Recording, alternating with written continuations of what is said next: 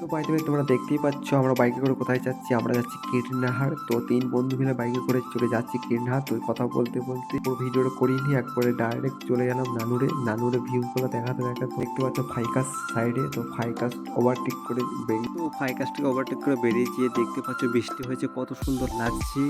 ওয়েদারটা খুবই সুন্দর লাগছে। তো এখানে রাইস মিল রয়েছে, হয়তো অনেকে দেখেছো রাইস মিলটাকে। তো বাই দ্য ওয়ে কথা বলতে এখানে পেট্রোল পাম্পটা হয়তো অনেকে দেখেছো, নানুরে পেট্রোল পাম্পটা। আর বেশি কথা না বাড়িয়ে তোমরা ভিউটা দেখো। আর আমরা চলে এসেছি কীর্ণাহার। কীর্ণাহার এসেই যে একটা বিপদ ঘটে যাবে এটা জীবনেও ভাবতেও পারিনি।